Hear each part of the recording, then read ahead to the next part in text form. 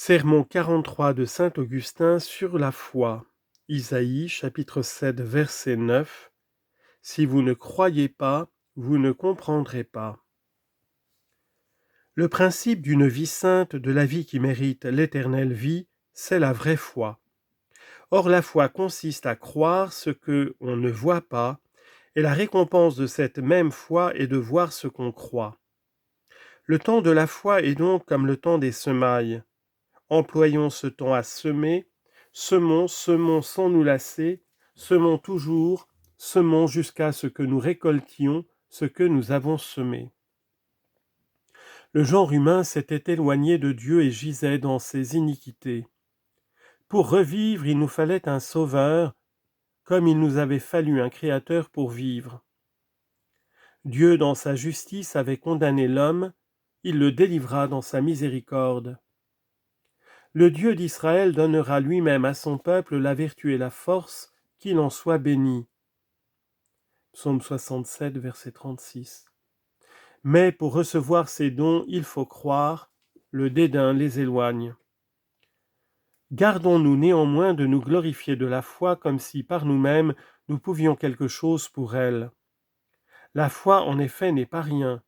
Elle est quelque chose de grand, et nul ne la possède que sûrement il ne l'ait reçue. Qu'as-tu effectivement que tu n'aies reçu ? 1 Corinthiens 4, 7. Voyez donc, mes bien-aimés, si vous ne devez pas en rendre grâce au Seigneur notre Dieu. Prenez garde de vous montrer ingrat pour aucun de ses bienfaits. Cette ingratitude vous ferait perdre ce que déjà il vous a accordé. Non, je ne puis louer dignement la foi, les fidèles cependant peuvent s'en faire une idée. Or, si on s'en fait une idée exacte sous quelque rapport seulement, à combien de dons même divins ne doit-on pas la préférer ? Et s'il est vrai que nous devions reconnaître en nous les moindres bienfaits de Dieu, comment oublier le bienfait qui surpasse tous les autres ? À Dieu nous sommes redevables d'être ce que nous sommes. À quel autre devons-nous de n'être pas entièrement rien ? Mais les bois et les pierres sont aussi quelque chose. N'est-ce pas également à Dieu qu'ils en sont redevables ? Qu'avons-nous alors de plus qu'eux ? Ils n'ont pas la vie, tandis que nous la possédons. Mais la vie même nous est commune avec les arbres et les végétaux. On parle en effet de la vie de la vigne. De fait, si elle n'était pas vivante, il ne serait pas écrit « Il a tué leur vigne par la grêle ». Psaume 77, verset 47. Elle vit donc quand elle verdit et en se desséchant, elle meurt. Mais cette sorte de vie est dépourvue de sentiments. Et nous sentons. On connaît les 5 sens corporels. Nous voyons, nous entendons, nous flairons, nous goûtons, et le tact répandu dans tout notre corps nous aide à discerner ce qui est mou et ce qui est dur, ce qui est âpre et ce qui est poli, ce qui est chaud et ce qui est froid. Oui, nous avons 5 sens, mais les animaux les possèdent également. Il y a certainement en nous quelque chose de plus, et toutefois, mes frères, si nous considérions déjà les dons que nous venons d'énumérer, quelles actions de grâce, quelles louanges ne nous faudrait-il pas élever vers le Créateur ? Mais enfin, quel est ce plus qui nous distingue des animaux ? L'intelligence, la raison, le discernement, car ils n'appartiennent ni aux quadrupèdes, ni aux oiseaux, ni aux poissons, et c'est dans ces facultés que brille en nous l'image de Dieu. En effet, dans le récit que fait l'Écriture de notre création, elle dit expressément pour nous préférer, ou plutôt pour nous préposer aux animaux, en d'autres termes, pour nous les soumettre, faisons l'homme à notre image et à notre ressemblance, qu'il ait l'empire sur les poissons de la mer, sur les oiseaux du ciel, sur tous les animaux et sur tous les reptiles qui rampent sur la terre. Genèse 1, 26. D'où lui vient cet empire ? De l'image de Dieu. Aussi adressons à quelques-uns ce reproche, ne ressemblez ni au cheval ni au mulet, animaux sans intelligence. Psaume 31, verset 9. Cependant, l'intelligence diffère de la raison. Car nous avons la raison avant d'avoir l'intelligence de quoi que ce soit, mais nous ne saurions avoir l'intelligence sans avoir la raison. L'homme est donc un animal doué de raison, ou pour parler plus clairement et plus brièvement, un animal raisonnable, un animal qui possède naturellement la raison et qui la possède avant même de comprendre. Pourquoi effectivement cherche-t-il à comprendre, sinon parce que la raison préexiste en lui? La faculté qui nous rend supérieurs aux bêtes est donc ce que nous devons principalement cultiver, retoucher en quelque sorte et réformer en nous. Mais qui en sera capable, sinon l'artiste divin qui nous a formés?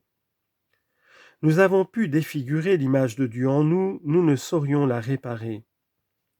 Ainsi donc, pour tout résumer en quelques mots, nous partageons l'être avec les bois et les pierres, la vie avec les arbres, le sentiment avec les bêtes, l'intelligence avec les anges.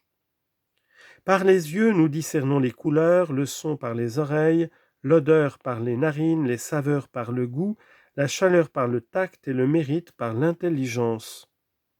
Attention. Chacun veut comprendre, il n'est personne qui n'ait ce désir, mais tous ne veulent pas croire. On me dit, je dois comprendre pour croire. Je réponds, crois d'abord pour comprendre. C'est donc entre nous une espèce de controverse, l'un disant je dois comprendre pour croire, et l'autre, au contraire, croit pour comprendre. Pour nous entendre, cherchons un juge et que nul ne prononce dans sa propre cause. Or, à quel juge nous arrêter? Après avoir examiné tous les hommes, j'ignore s'il est possible de rencontrer un juge préférable à l'homme que Dieu a choisi pour son organe.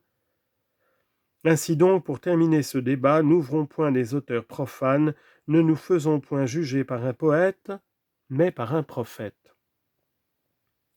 Lorsqu'accompagné de 2 autres disciples du Sauveur, le bienheureux apôtre Pierre était sur la montagne avec le Seigneur lui-même, il entendit une voix descendue du ciel, laquelle disait « Celui-ci est mon Fils bien-aimé en qui j'ai mis toutes mes complaisances, écoutez-le. » Matthieu 17, 5.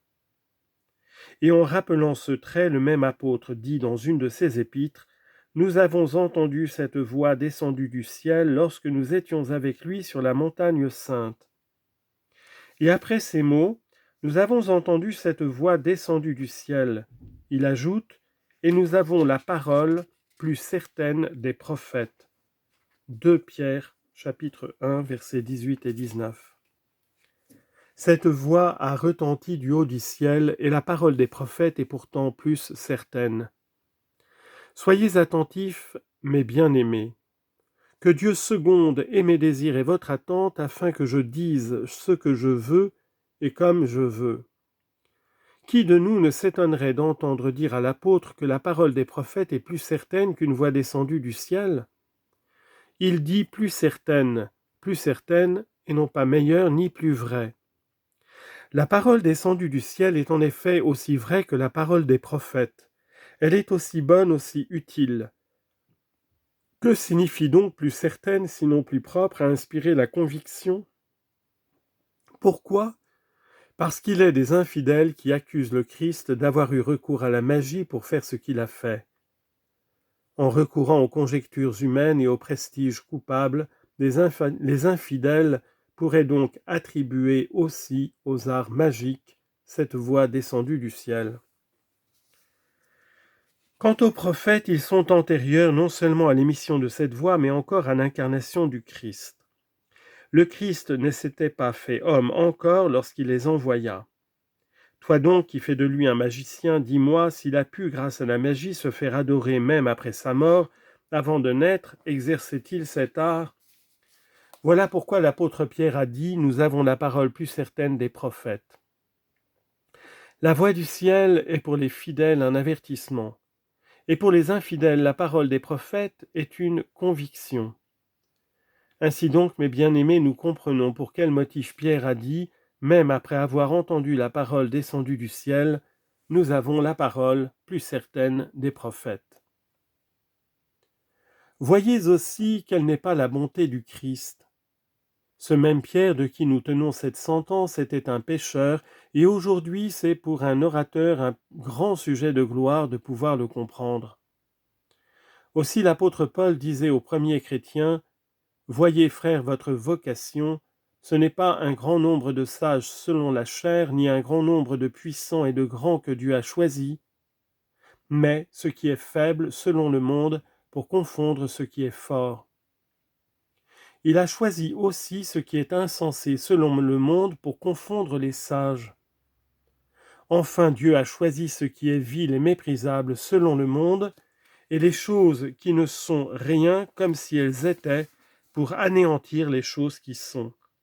1 Corinthiens 1, 26 à 28.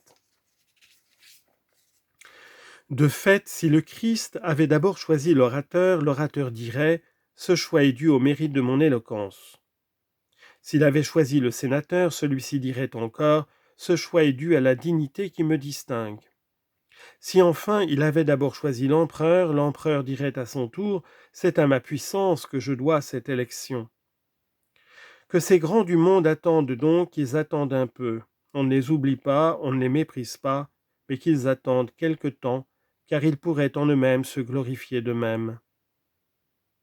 Donne-moi plutôt ce pécheur, dit le Christ, donne-moi cet homme grossier, cet ignorant, donne-moi cet homme à qui le sénateur dédaigne d'adresser la parole lors même qu'il lui achète son poisson. Voilà celui qu'il me faut, car il sera manifeste que c'est moi qui fais tout quand je l'aurai rempli de moi-même. Sans doute j'appellerai aussi le sénateur, l'orateur et l'empereur. Oui, j'agirai sur le sénateur.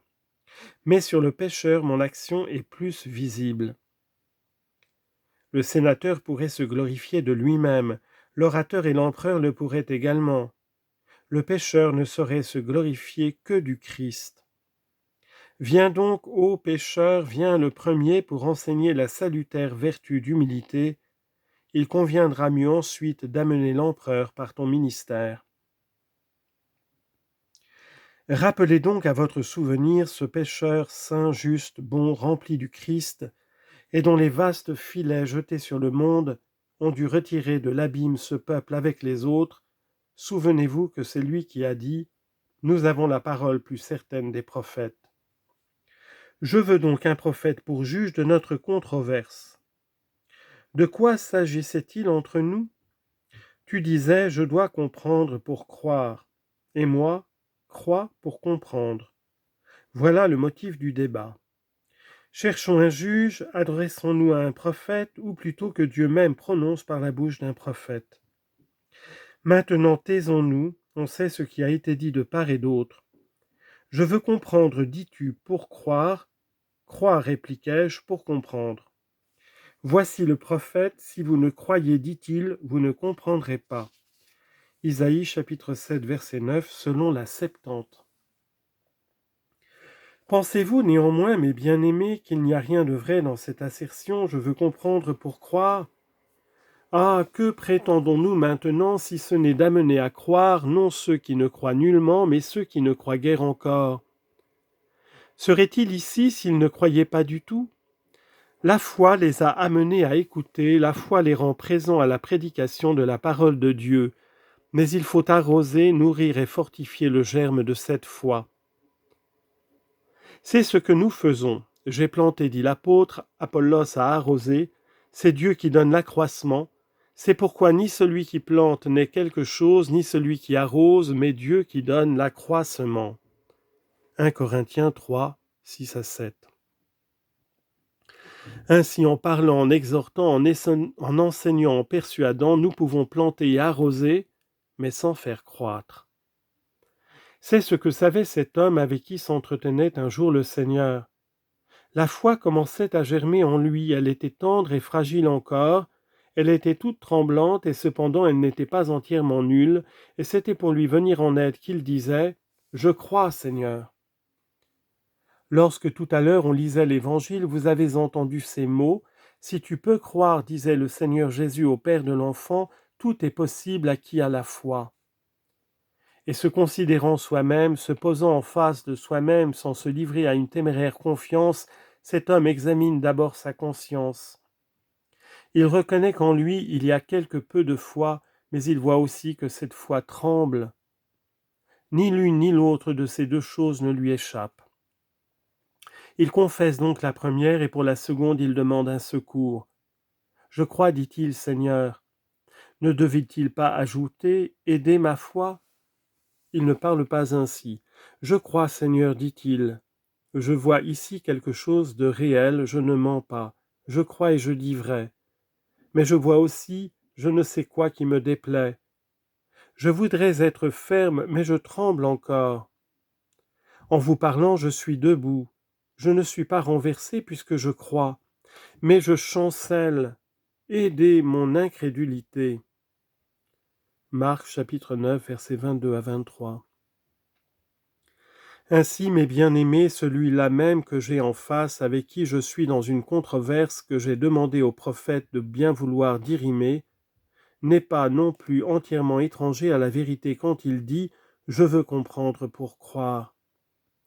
Pourquoi ce que je dis présentement, sinon pour amener à croire ceux qui ne croient pas encore? Mais peuvent-ils croire s'ils ne comprennent ce que je dis? Il est donc vrai sous un rapport que l'on doit comprendre pour croire. Et il est vrai aussi de dire avec le prophète que l'on doit croire pour comprendre. Donc, entendons-nous. Oui, il faut comprendre pour croire et croire pour comprendre. Voulez-vous que j'explique en 2 mots et qu'il n'y ait plus de contestation possible? Je dirai à chacun, comprends ma parole pour croire et crois la parole de Dieu pour comprendre.